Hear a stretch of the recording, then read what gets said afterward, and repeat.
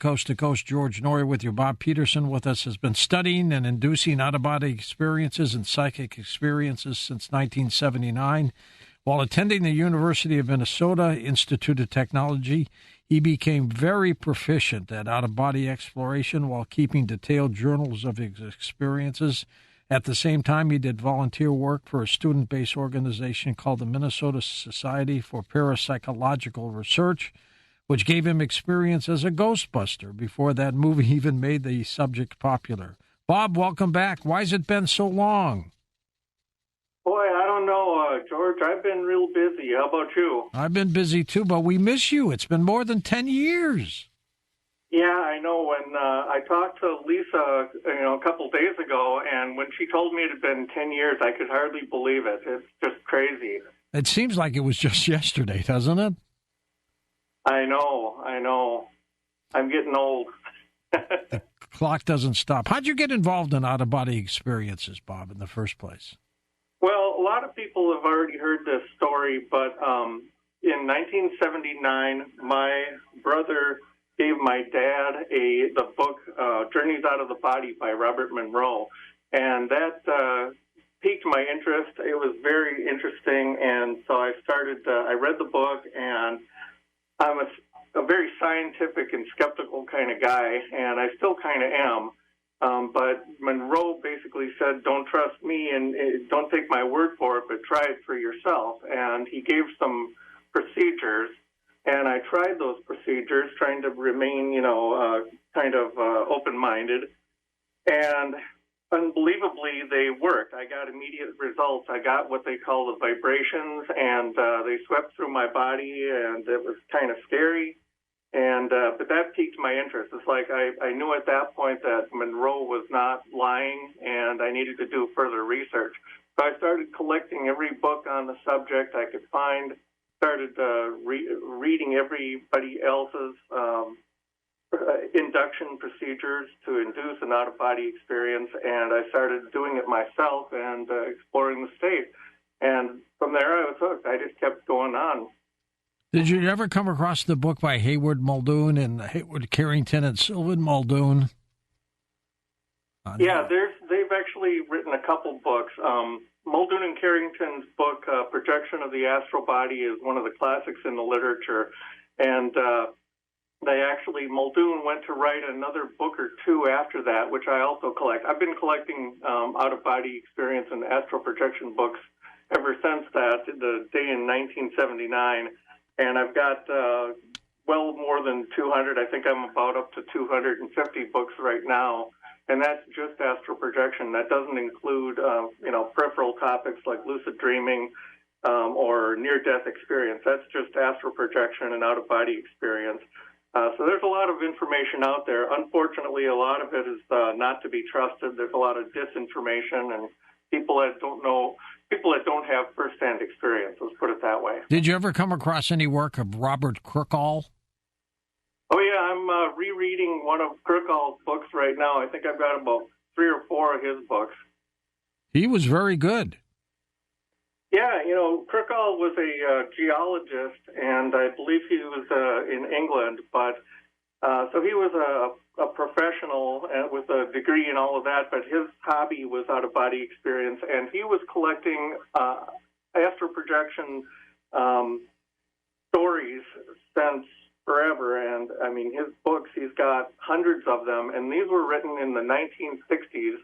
And I think the book I'm reading right now was published in like 1966, and it has hundreds of out-of-body experiences in there. And he's coming at it from a diagnostic point of view, trying to think, okay, what are the commonalities here? Because at the time they weren't very common, and so they were kind of rare. And he's trying to put the pieces of the puzzle together and say, okay, what's going on from a scientific point of view? And they're very interesting. Absolutely. Now, your new book is called Out-of-Body Experiences, How to Have Them and What to Expect. Tell us a little bit about that. Yeah, that was my first book, Out-of-Body Experiences. That was published, I think, when I talked to you last time, 10 years ago. Since then, I wrote a book. I've written a total of 5. My latest book is called Hacking the Out-of-Body Experience, How to Leverage Science to Induce OBEs.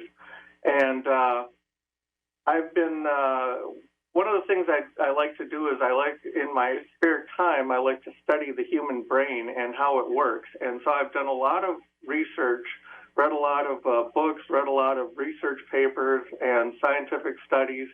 And so I've been continuing my research on OBEs. And I've been looking at it mainly from a scientific point of view, namely what do scientists know about the out-of-body experience? They know, for example, that they're much more likely to occur when you're lying on your back, although they happen in all positions, but for some reason, usually when you're on your back. They know they happen to people that have vestibular problems, problems balancing, and that a lot of times goes back to the inner ear. They know that they happen to problems with disrupted sleep patterns. Anyway, so I went about studying the brain and how it affects OBEs, because a lot of people out there want to know, is this just a phenomenon of the human brain, or is it something that is actually non-physical, and are we actually venturing into the afterlife? And there's considerable evidence out there, too. So anyway, the book, Hacking the Out-of-Body Experience, it talks about all the different things that scientists actually know about the out-of-body experience, and how to start having them yourself. So I give advice in the book on how to make yourself an ideal candidate for OBEs, and that goes deep into the science of the brain, neuroscience and psychology and everything else. The book has about 50 different out-of-body techniques, and I've drawn on not just my own techniques, but also all the best techniques from all the authors on the subject. And I explain where I got each technique and why it works. I give advice on sleeping, for example, broken sleep, what foods to eat, so dietary considerations, what foods to avoid, supplements to take. It's a pretty big book. Robert, give us your thoughts on what an out-of-body experience is. Okay, well, that's kind of a subject of interest, too. My belief is that an out-of-body experience is an experience in which it seems like your conscious awareness is separate from your physical body. And that means that your physical body tends to be just another inanimate object in the room. So for example, you're standing in your bedroom and you look over and you can see all the objects in your bedroom from that remote perspective, but you see, for example, your body with lying on the bed or whatever. And then from your room or whatever, you can basically, it seems like you're a ghost, right? You can walk through walls or doors or whatever and pass right through them without being impeded.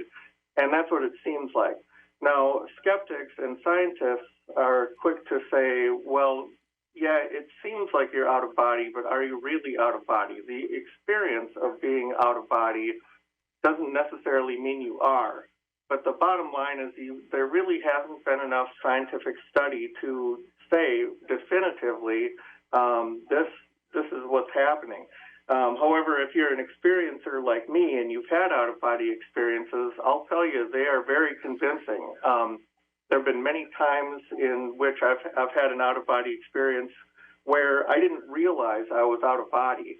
And, so I'll get up and in the middle of the night or whatever, uncharacteristic, and I'll, go do something or whatever, and then I'll realize, oh, I'm out of my body. This is not quite right. So anyway, it's quite different. It's been studied by psychologists and psychiatrists, and basically they've come to the conclusion that OBEs happen to everyday normal people and psychologically well-adjusted people. They happen to a lot more than people than you would believe. Scientists estimate that about 20% of the population in general have had an out-of-body experience. But the vast majority of those are only one-timers. So usually you only have one OBE, and it really stands out in your memory, and then they don't have any more. What fascinates me about these, Bob, is that you can apparently see in your astral body, can't you? Yeah, but a lot of times, curiously enough, there are often some kind of differences between what you see and what you're actually exists there in the physical reality. For example, I've had out-of-body experiences in which I leave my body, but I'll see something in my bedroom that isn't supposed to be there. That I know from my current situation, I know that object isn't in the bedroom. Or say I walk into the living room and I see something, and it's like I know I left that door closed, and now it's open in my OBE. And so there are often differences between the two, and these have been studied, and it's very interesting because what we believe, or what a lot of people believe, experiencers mostly, is that what you're perceiving is like an echo or a shadow of the physical world, and so it depends on what's been going on in the physical world and what will be going on in the physical world. How do we know it's not a process of consciousness versus the brain again? Well, that's the big question, really, and scientists haven't studied it enough. And that's one of the reasons that I wrote Hacking the Out-of-Body Experience, is to make the experience more accessible to everyone so that it can be studied. Because one of the big crux of science is that you have to be able to recreate a phenomenon in order to study it. There is a huge collection of stories and narratives, OBE narratives, where people have had encounters out of body and then later been able to verify it. Like a classic example, Robert Monroe, who the first book I talked about is what started me on this adventure. Robert Monroe had an out-of-body experience in which he left his body and he was trying to get somewhere to find verification. And on his way, he happened to pass a gas station where he saw, I think it was a white car on a jack, and mechanics were working on it. And the first thing he did is, after his out-of-body experience, he hopped in his car and he drove there. And lo and behold, he found that there was a white car at that gas station. There are lots and lots of stories. I've got a blog that's available to everyone for free called the OBE Outlook on Life. And in that blog, I've got like a 6-part series of different experiences that kind of corroborate, stories corroborating the fact that it might be actual physical experiences, that there's some correlation between reality and the OBE. But there are also stories where it doesn't match the real physical world, like I said, and those are interesting to study as well. So anyways, I think science needs to devote more energy to this so we can figure out what's going on. Because some people say, well, you could replicate the same thing just by, tricking the brain and using something like telepathy to determine, things are the way they are. And but that doesn't quite cut it in some cases. Scientists have tried to eliminate that as a possibility, and with some interesting results. There's a lot of information out there. You just got to pick through it. Have you seen, Bob, what I've been told is this cord that connects the two bodies together, the physical and the astral body?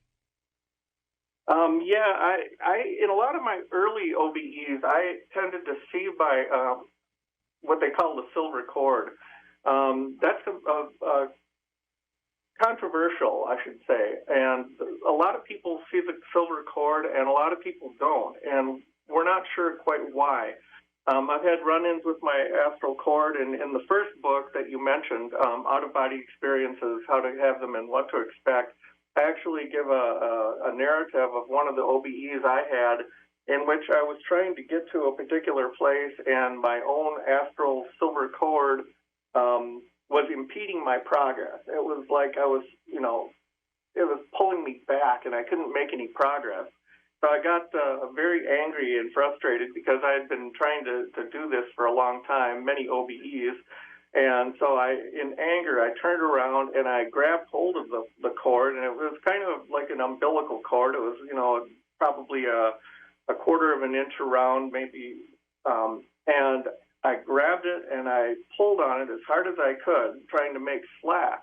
And I was just, so frustrated, and it dropped to the floor loose, and then I was free of it for a while. So anyway, yeah, I have had encounters. A lot of people have had encounters with it.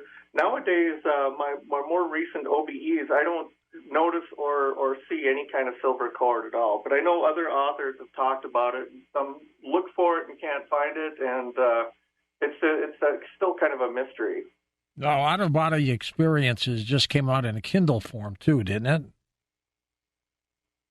Yeah, it's been available on Kindle for a while, and it's available on Audible as well, and so is my latest book, Hacking the Out-of-Body Experience.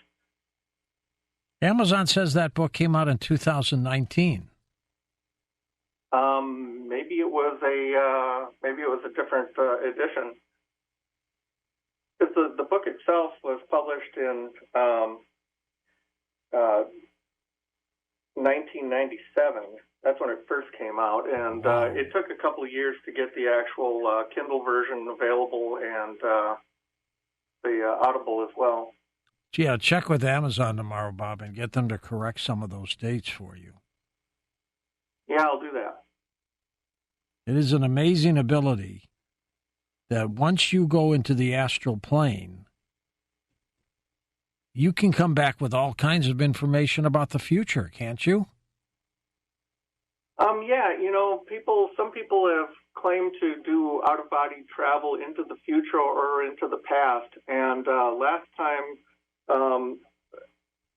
many years ago, someone asked me if I'd had any time travel OBEs, and the answer at that time was no. But then I ended up having a time travel OBE of my own, and it was a very interesting experience. I flew over the city and landed in a place near where I grew up, and so I knew this area very well in the modern times. And the place had changed considerably. I went into the future. What happened in that OBE is I saw a kind of a doorway open up in front of me, and it was kind of like a portal. It's kind of hard to explain, but it was kind of like a black doorway. And I heard a voice of one of the guides saying, "Come on, let's go." And I said, "Where are we going? Or where do you want to go?" And he said, we're going to the year, I forget what it was, 2039 or something like that. Bob, what do you think the purpose of astral projection is? Why do we have the ability to do it?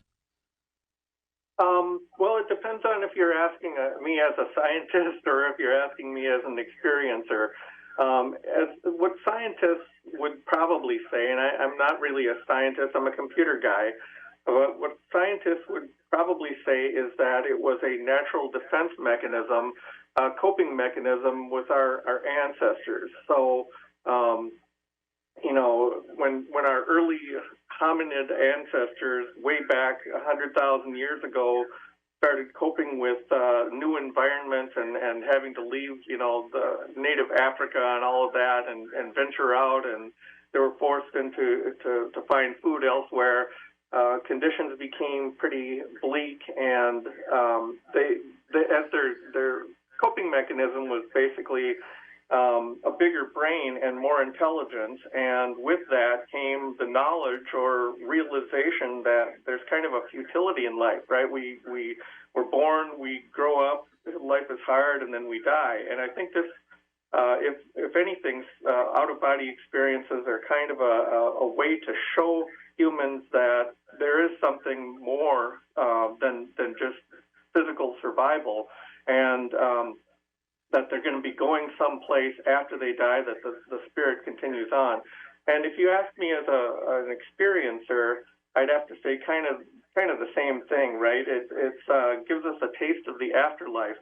And if you look at all of the religious traditions out there, the books on, like the Bible or whatever, they're chock full of experiences or descriptions of the afterlife, and these are all based on someone's personal experience and maybe distorted through time. But I think that they're given to everybody, and they're universal, and they basically, give us a taste of the afterlife.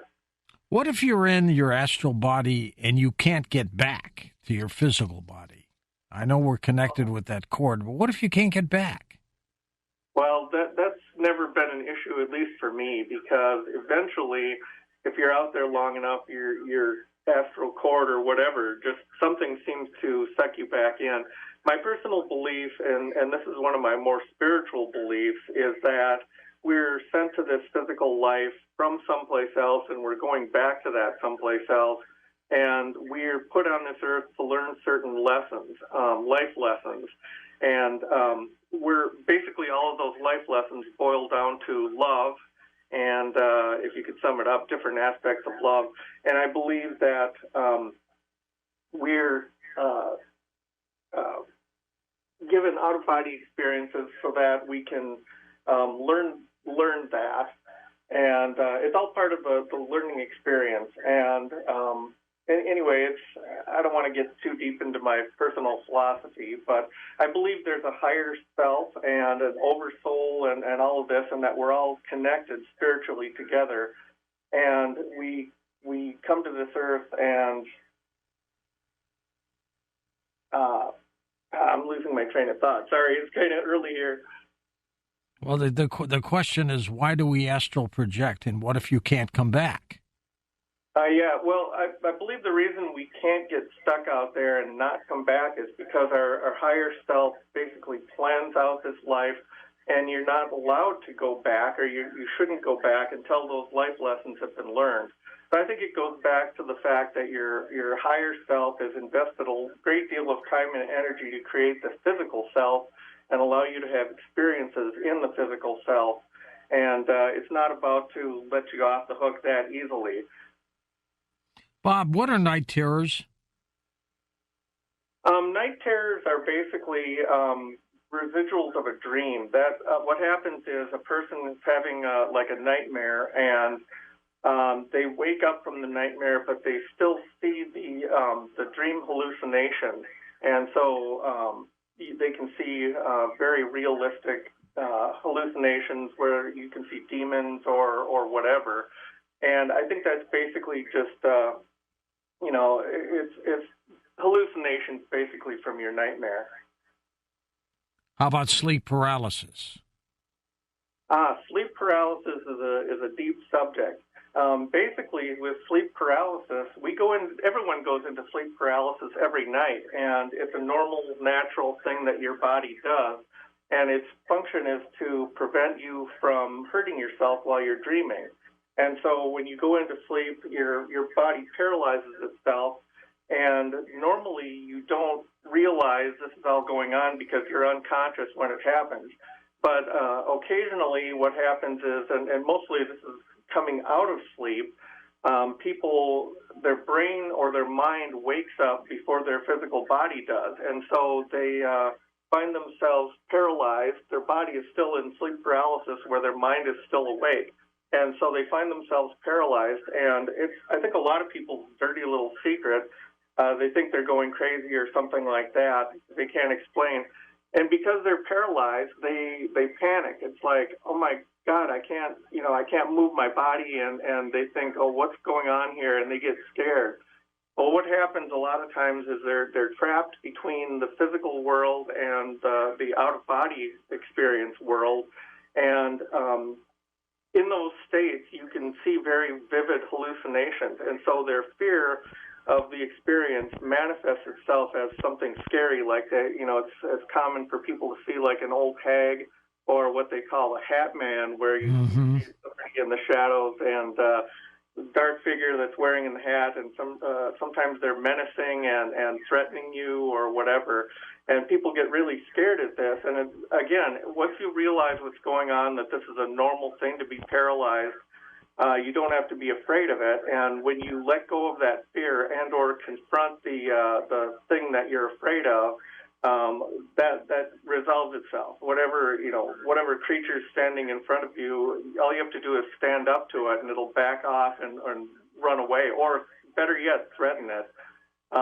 My philosophy has always been it's better to be angry than it is to be afraid, because if you're afraid, you're giving up control. And that's the same in this physical life as well as out-of-body experience or sleep paralysis. Is if you're being threatened or whatever, get angry at it. Yell at it, scream at it. If there's a monster there in the room, threaten it. Tell it you're going to, you're going to cause it pain and all of this. And invariably, what people tell me is that the creature or whatever threatens them goes away. And so I think it's an interesting thing anyway. How much of it is real, Bob, as opposed to imaginary? Well, I think that it's almost always hallucination when you're in sleep paralysis. That's not to say that all experiences are, because they can be very realistic. But if something were really attacking you or whatever, you have natural defense mechanisms that would automatically take you back to your physical body. You've looked at dreams as well, lucid dreams specifically, haven't you? Oh, yes. I've had many lucid dreams. I'm not as good at it as some people out there. There's lots of books on lucid dreams. And basically, I have a theory about 4 different out-of-body states. And I believe, and most authors agree with me, that when you go to sleep at night, you automatically leave your body pretty much every night. And there are 4 different states. If you are hallucinating, and it's basically a dream. And if you're unconscious, it's an ordinary dream. If you're conscious and you realize what's going on, it's a lucid dream. So you're out there, you realize you're dreaming, you know this is not physical reality, you know you're inside a dream, but you're still experiencing the hallucination. Then there's the out-of-body experience in which you know you're not dreaming, you know you're not hallucinating, and there's a clear distinction. I mean, you can basically wake up from a lucid dream and find yourself out of body. And there's a comparison between the two is quite startling. But and then the 4th state after out-of-body experience is what they call shared dreaming. And this is where you're not hallucinating, but you are still unconscious. And so this is where a common experience where multiple people will describe having the same dream, and boy, I had this strange dream last night. I was in San Francisco, and I was at the bridge, and I was looking here, and I saw this, and their experiences match someone else. And so it's like they were both there in a non-physical environment, but they were unconscious, and they were still dreaming. Do you see that person that you've shared the dream with in that dream? Yeah. It's like you're both together. Yep. And there's even they've recorded or talked about having the same conversation with that person or whatever. There was a movie years ago where the government was sending people into the dreams of their enemies, trying to cause them to have heart attacks and stuff like that. Is that possible? I really don't know if that's possible or not. I think that people might have a heart attack if they were afraid enough, and people can influence each other's dreams, I think. Well, lots of people do die in their sleep, Bob. Yeah. But again, I don't think that that's going to happen unless it was planned that way by your higher self. So what is the purpose of astral projection? What's the benefit? Well, there's a lot of benefits. I mean, for one thing, it will prepare us for the next world, right? I mean, it's a fact of life that we're all one day going to die. And so this gives us the ability to have a glimpse between what's going to happen in the next life. And it also gives us the ability to visit dead loved ones For example, there have been a lot of cases in which people have been able to say their last goodbyes to loved ones who passed on. There's also the potential to discover, like, for example, kidnapped victims or missing children, using out-of-body experiences to locate that person and try to find out what environment they're being kept in, what location they're kept in. I mean, there's a lot of potential for police investigation. I mean, a lot of different potential out there. Lots of potential. It's a fascinating phenomenon, isn't it? Yeah, I mean, when you think about it, NASA spends billions of dollars and other space agencies exploring distant places like Mars or asteroids or whatever. And with out-of-body experiences, if we can make it more reliable and nail it down to, facts, what we're seeing, what we're not seeing, divide hallucination from non-hallucination, whatever, there's a lot of potential for exploration, right? You could send somebody in their astral body to the planet Mars and look around and all of that, do studies. And that's why I want to make OBEs more available to the general public. And in what we're doing here is, can you visit the dead in your astral state? Well, I've had a few experiences in that. I think it's more accurate to say that it has to be, if you want to visit somebody who's passed over to the other side, who died. I think it needs the cooperation of both sides, really. I've had an experience in which I've seen my deceased father, and I wrote about that in my first book. I've also seen my deceased mother as well, and but there's also the case. Kathy, my wife, had her best friend Pam died unexpectedly when she was in her 30s, and this was many years ago. And after she died, they were very close. We had just seen them the previous night, and she died the next day unexpectedly. Her heart exploded. It was very tragic. She left some real little kids and a husband who were bereaved. And I tried for more than a year to contact her, Pam, Kathy's friend, after she had died. And I was unsuccessful for a whole year. I was inducing OBEs and trying to grab hold of her vibration and pull myself there, which is kind of how you can do that. And I think Pam was just not conducive to it. I think she wasn't ready to talk, wasn't ready for contact from the living. And I think it needs the cooperation between the living and the dead. There have been other cases, other authors, for example, who've done similar things. There's a story in one of the books I read about a guy whose son had committed suicide, and he had an out-of-body experience, and he was able to meet and talk with his deceased son. So anyway, it's a very interesting and fascinating topic, and my success in the matter has been kind of mixed. What do you think of the afterlife, Bob? What do you think it is? Well, I think that we attract ourselves to the vibration that fits our personality the most. So I think all of these descriptions of heavens and hells and all of that are based on someone's experience. But I think that, if you're Christian or whatever, I think you're going to be automatically received by friends and relatives and brought into a non-physical environment where you can live as long as you want, continue growing and learning in the non-physical environment. And I think a lot of these, based on your beliefs, if you're Christian, you'll go to a Christian heaven environment. If you're Muslim, you'll go to more of a Muslim-oriented heaven environment. And I think there's like literally countless different environments that are non-physical that you could find yourself in. There have been some interesting books written on the topic. William Gilman has got a book. He's one of the more popular authors, and I think you had him on. Yes. And he's got a book about what happens in the afterlife, and I think it's called Adventures in the Afterlife. Bob, when I was 11, I had my out-of-body experience, but I've never been able to duplicate it. Why not? Well, I think out-of-body experiences are kind of a delicate balancing act, if you will. So if it happens to a lot of people just by accident because their brain chemistry happens to hit a certain critical point. And if you don't actually go out to try to have them and do some of these best practices, they're probably not going to happen. They happen to a lot of people, but like I said, just once, kind of like you. And I know they never happened to me until I actually started doing exercises and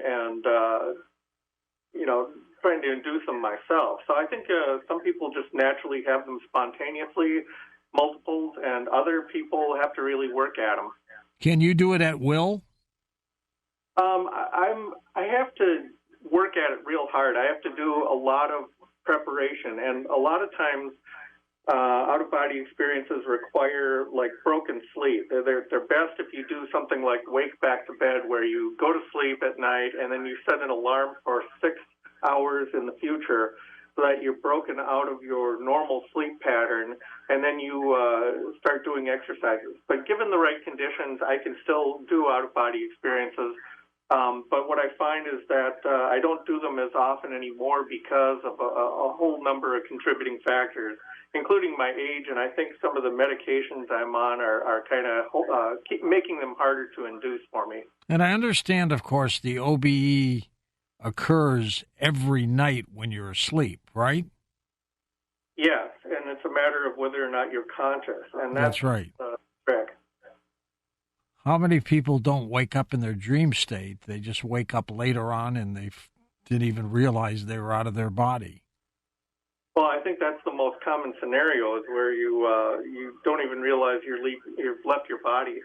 What happens is out-of-body experiences, most of them take place in what they call the hypnagogic state or the hypnopompic state, and that's hypnopompic is when you're leaving the sleep state to go between sleep cycles, and that happens right after REM sleep, so it happens right after your dreaming segment normally.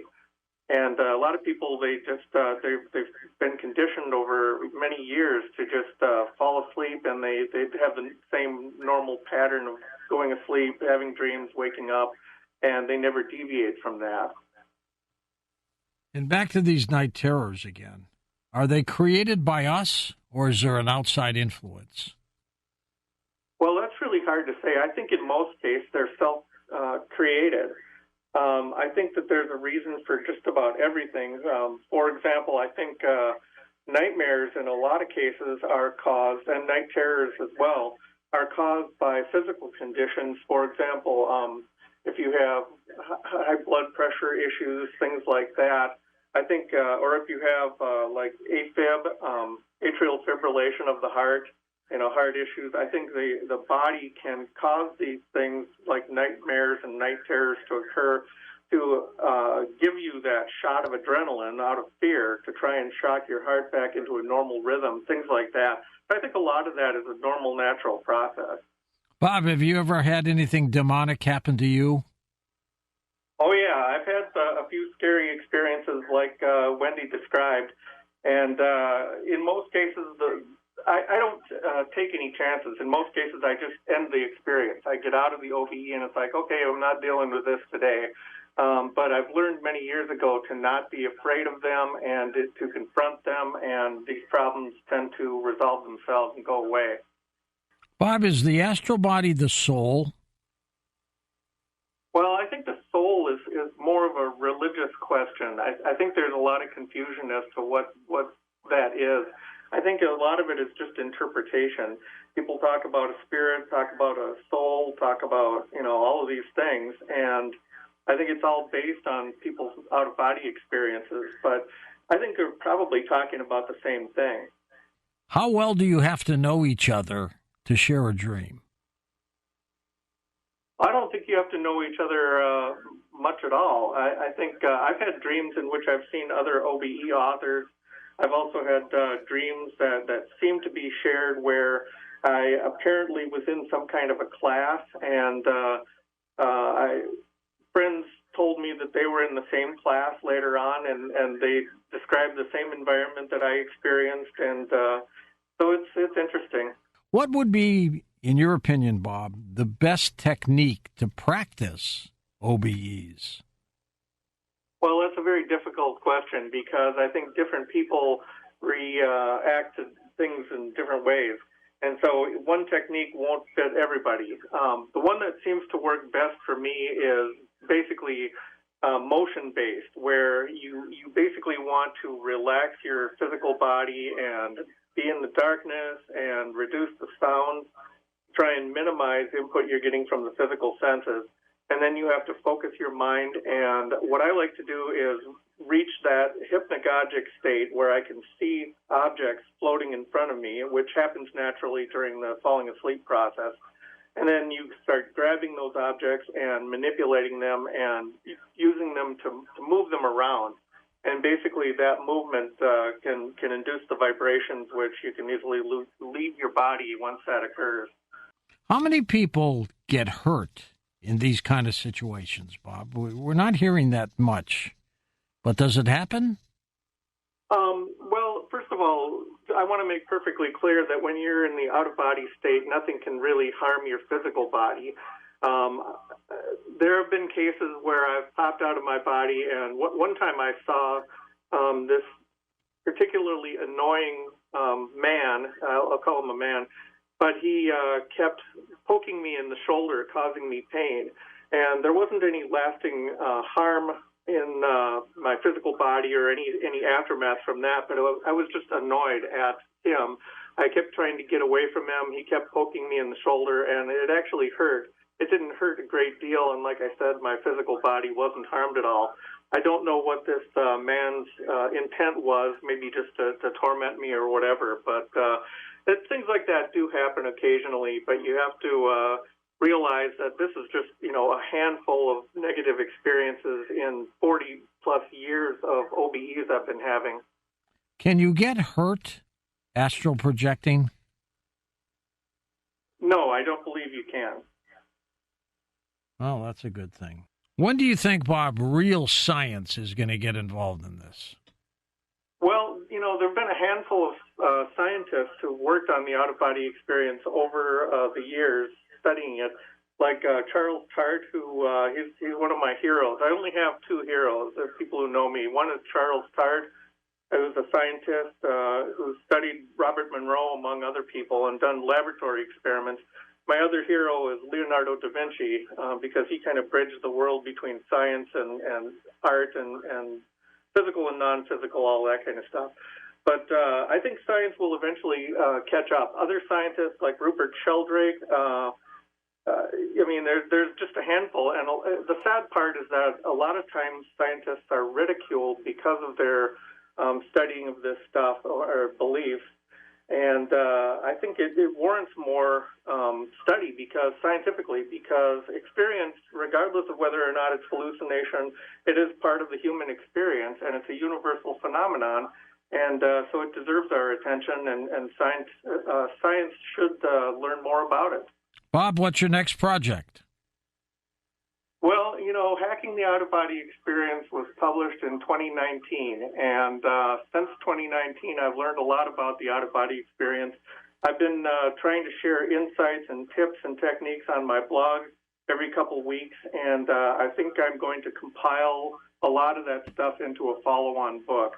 I'm planning to retire at the end of this year, and hopefully I'll be able to devote more time to that project and other books and things that I'm working on at that point. Well, let's get you back and not have to wait 10 more years, okay? Yeah, sounds good, George. Thanks for having me on the show. Thank you. Bob Peterson did a great job on OBEs. The Coast mobile app is now available for download on iPhones and Android devices. You can become an insider directly through this app. This is a great option for our international listeners, and new users will also receive a free 2-week trial.